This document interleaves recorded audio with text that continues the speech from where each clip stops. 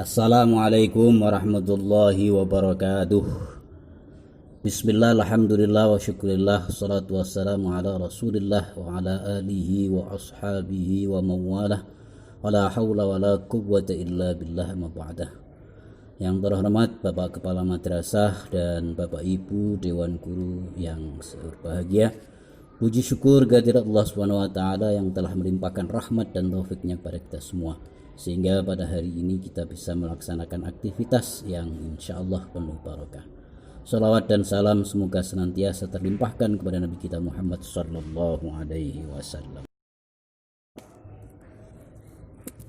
Bapak Ibu Dewan Guru yang saya hormati, pada kesempatan kali ini perkenankanlah saya untuk menyampaikan oleh-oleh saya dari mengikuti kegiatan pelatihan, yaitu pelatihan di wilayah kerja atau yang sering disebut dengan PDWK.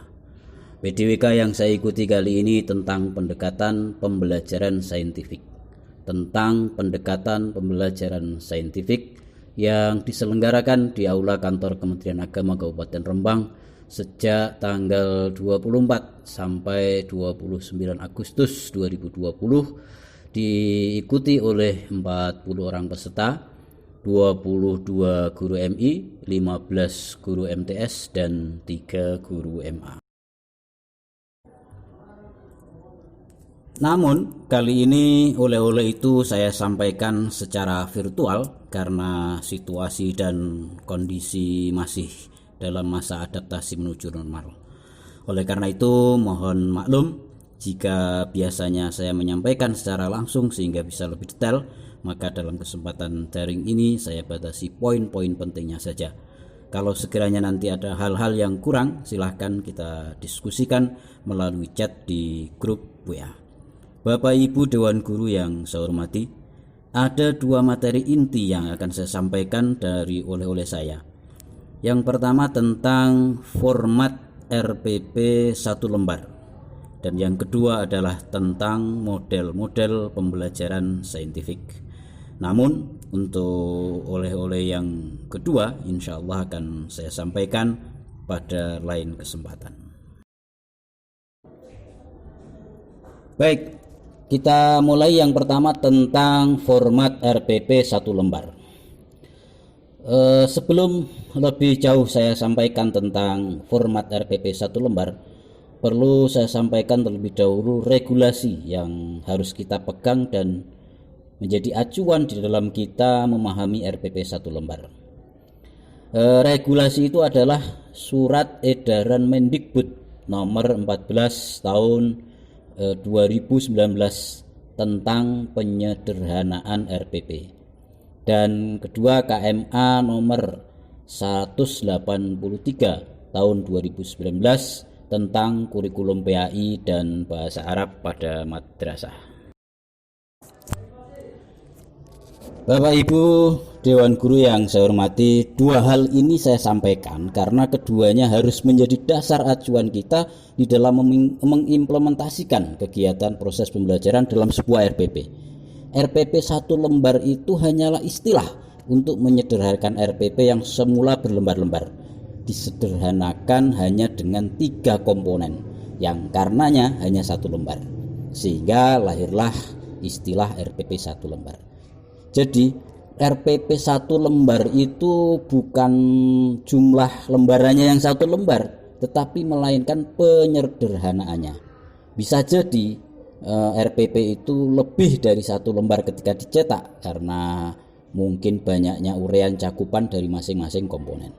Bapak Ibu Dewan Guru yang saya hormati, adapun 3 komponen RPP 1 lembar itu adalah: pertama, tujuan pembelajaran, kedua, langkah-langkah pembelajaran, dan ketiga, penilaian. Saya ulangi lagi, pertama tujuan pembelajaran, kedua langkah-langkah pembelajaran, dan ketiga penilaian.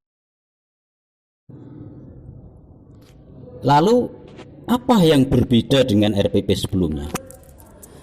Dalam RPP 1 lembar, komponen tujuan pembelajaran itu merupakan tujuan yang hendak dituju.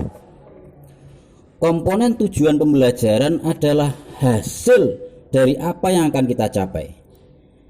Ibarat orang bepergian, maka komponen tujuan pembelajaran itu adalah tempat yang akan dituju oleh orang yang bepergian.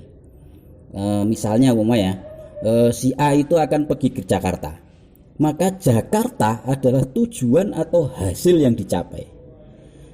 Adapun tujuan pembelajaran yang dimaksud dalam RPP 1 lembar adalah kompetensi dasar. Jadi kompetensi dasar itulah sesungguhnya tujuan atau hasil yang akan dicapai. Bapak Ibu Dewan Guru yang saya hormati, selain hasil dari apa yang akan dicapai yaitu kompetensi dasar, tujuan pembelajaran adalah juga mengandung proses. Sekali lagi, juga mengandung proses, yaitu bagaimana cara suatu tujuan atau hasil itu akan dicapai. Kalau kita kembali kepada ibarat orang berpergian tadi, maka kendaraan apa yang akan dicapai, yang akan dipakai, atau dengan cara bagaimana supaya sampai itu adalah termasuk tujuan. Misalnya tadi si A akan ke Jakarta, maka apakah si A itu menggunakan bis, menggunakan kereta, pesawat, atau mungkin jalan kaki, itu adalah tujuan dalam arti proses. Oleh karena itu maka dalam komponen tujuan pembelajaran selain hasil harus dicantumkan juga prosesnya. Jadi yang membedakan di situ. Jadi tujuan pembelajaran itu selain hasil harus dicantumkan juga prosesnya. Dan proses itu dalam RPP 1 lembar Bapak Ibu adalah sesungguhnya langkah-langkah pembelajaran. Maka redaksi dalam penulisan tujuan pembelajaran harus dicantumkan langkah-langkah pembelajaran dan kompetensi dasarnya. Sekali lagi, redaksi dalam penulisan tujuan pembelajaran harus dicantumkan langkah-langkah pembelajaran dan kompetensi dasarnya. Tidak bisa kita hanya mengatakan pokoknya Jakarta tanpa ada kendaraannya apa. Nah, untuk lebih jelasnya mari kita perhatikan contoh pembelajaran mapel SKI berikut ini, karena saya guru SKI, jadi ya untuk membantu menerangkan ini saya menggunakan contoh mata pelajaran SKI. Mari kita perhatikan pada gambar tujuan pembelajaran berikut ini. Nah, kalimatnya begini: melalui kegiatan pembelajaran dengan model pembelajaran to try, peserta didik dapat mengidentifikasi berbagai kemajuan yang dicapai umat Islam pada masa Khulafaur Rasyidin dengan rasa ingin tahu, tanggung jawab, dan komunikatif selama pembelajaran. Nah, kalimat melalui kegiatan pembelajaran dengan model pembelajaran to try itu adalah proses. Saya ulangi lagi, kalimat melalui kegiatan pembelajaran dengan proses pembelajaran to try itu adalah prosesnya. Sedangkan kalimat mengidentifikasi berbagai kemajuan yang dicapai umat Islam pada masa Khulafaur Rasyidin adalah hasil. Nah, coba perhatikan lagi ya. Sekali lagi, misalnya kalimat melalui kegiatan pembelajaran dengan model pembelajaran to try adalah proses. Sedangkan kalimat mengidentifikasi berbagai kemajuan yang dicapai umat Islam pada masa Khulafaur Rasyidin adalah hasil. Nah, sampai di sini mudah-mudahan bisa dipahami. Bapak Ibu Dewan Guru yang saya hormati, lalu bagaimana dengan komponen kedua, yaitu langkah-langkah pembelajaran? Langkah-langkah pembelajaran adalah uraian dari proses. Langkah-langkah pembelajaran itu adalah penjelasan dari proses yang digunakan sehingga akan tercapai hasil. Kalau tadi seumpama si A itu akan bepergian ke Jakarta misalnya dengan menggunakan mobil, maka gambaran langkah-langkahnya adalah kapan mobil itu mulai berangkat dari rumah, kemudian kira-kira istirahat di mana, lalu kemudian tiba di tempat tujuan itu jam berapa, dan seterusnya. Itu adalah gambaran langkah-langkah. Nah, dari gambaran langkah-langkah inilah akan bisa kita ketahui apakah tujuan itu bisa tercapai. Bagaimana mungkin orang akan sampai di Jakarta kalau dari arah Rembang pamannya naik bisnya malah berangkat menuju arah Surabaya? Ya sampai-sampai saja, tapi kan ya muter.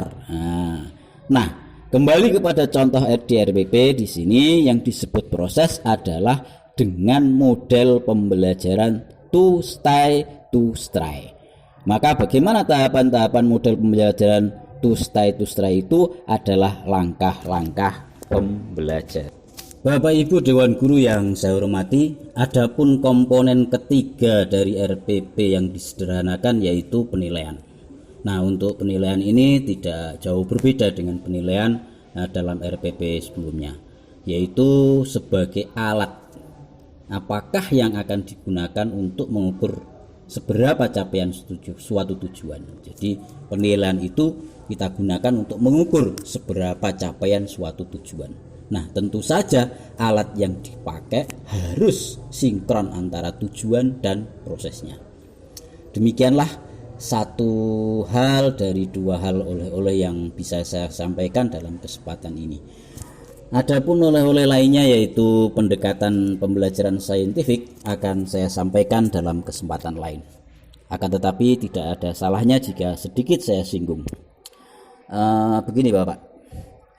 Pembelajaran dengan pendekatan saintifik adalah pembelajaran yang terdiri atas kegiatan pertama, mengamati, kedua, menanya, ketiga, mengumpulkan informasi, maksudnya mengumpulkan informasi, keempat, mengasosiasi, dan kelima, mengkomunikasikan. Saya ulangi, pendekatan saintifik adalah pembelajaran yang terdiri atas kegiatan pertama, mengamati, menanya, mengumpulkan informasi, mengasosiasi, dan mengkomunikasikan. Apa itu mengamati, menanya, mengumpulkan informasi, mengasosiasi, dan mengkomunikasikan?